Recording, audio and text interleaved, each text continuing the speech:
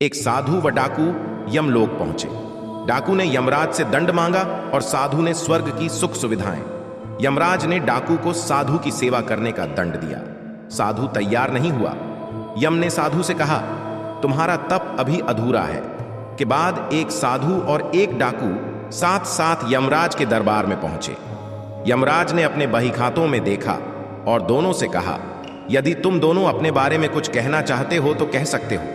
डाकू अत्यंत विनम्र शब्दों में बोला, महाराज, मैंने जीवन भर पाप कर्म किए हैं। मैं बहुत बड़ा अपराधी हूं, अतः आप जो दंड मेरे लिए तय करेंगे मुझे स्वीकार होगा। डाकू के चुप होते ही साधु बोला, महाराज, मैंने आजीवन तपस्या और भक्ति की है।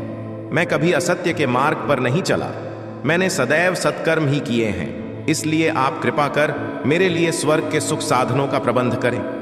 यमराज ने दोनों की इच्छा सुनी और डाकू से कहा, तुम्हें दंड दिया जाता है कि तुम आज से इस साधु की सेवा करो।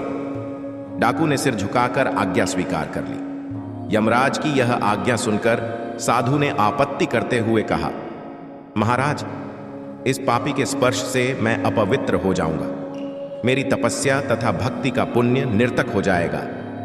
यह सुनकर यमराज क्रोधित होते हुए बोले, निरपराध और भोले व्यक्तियों को लूटने और हत्या करने वाला तो इतना विनम्र हो गया कि तुम्हारी सेवा करने को तैयार है, और एक तुम हो कि वर्षों की तपस्या के बाद भी अहंकारग्रस्त ही रहे और यह न जान सके कि सब में एक ही आत्म तत्व समाया हुआ है।